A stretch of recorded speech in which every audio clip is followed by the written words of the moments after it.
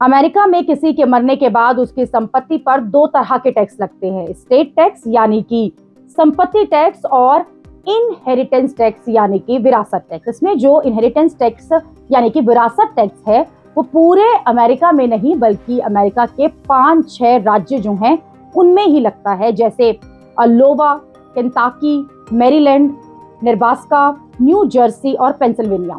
विरासत टैक्स का मतलब होता है कि जितनी संपत्ति कोई व्यक्ति मरने के बाद छोड़कर गया है और वो संपत्ति जिसको ट्रांसफर हो रही है उसे टैक्स रिटर्न फाइल करके टैक्स देना पड़ता है, यानी कि टैक्स चुकाना पड़ता है। लेकिन विरासत टैक्स में मरने वाले का जो परिवार है उसमें पत्नी या पति, उसके परिवार के बच्चे या माता पिता, इनको टैक्स में छूट रहती है या इन्हें जो टैक्स है वो कम देना पड़ता है। जैसे मैरीलैंड की अगर बात की जाए तो मैरीलैंड में विरासत टैक्स में छूट जो है वो पति पत्नी, बच्चों, माता पिता, दादा दादी, नाती पोतों, भाई बहन को मिलती है, यानी इन्हें कोई टैक्स नहीं देना पड़ता है। लेकिन दूसरी तरफ पेंसिल्वेनिया जैसे राज्यों में विरासत के सीधे उत्तराधिकारियों को 4.5% का टैक्स जो है वो देना पड़ता है। लेकिन इसमें भी पति पत्नी या बच्चों की उम्र अगर 21 साल से कम है तो छूट है, यानी कि विरासत टैक्स ना तो पूरे अमेरिका में है और ना ही ऐसा है कि आधी संपत्ति जो है वो सरकार को चली जाएगी। ये परेशानी उन लोगों के लिए है जिनके पास अथाह पैसा है या वो अथाह दौलत छोड़कर गए हैं। अमेरिका में इसके लिए संपत्ति टैक्स लगता है। जिनकी दौलत 100 करोड़ रुपए से ज्यादा है उनके मरने के बाद संपत्ति टैक्स अमेरिका में लगता है।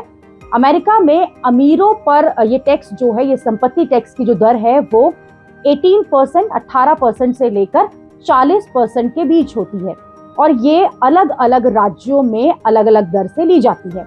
अब भारत जैसे देश में जहां पर जो लोग हैं वो 100, 200, 400 रुपए 70% तक की जो जनसंख्या है वो कमा रही है हर दिन, वहां पर अगर हम विरासत टैक्स की बात करते हैं तो क्या उन्हें फर्क पड़ता है?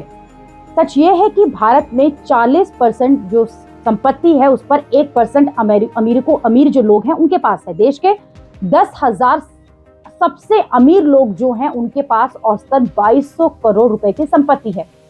आय की इसी असमानता को लेकर पूरी दुनिया में अब बात हो रही है, यहाँ तक कि अमेरिका में भी इसी बात पर बात हो रही है जो एक अमीर देश है।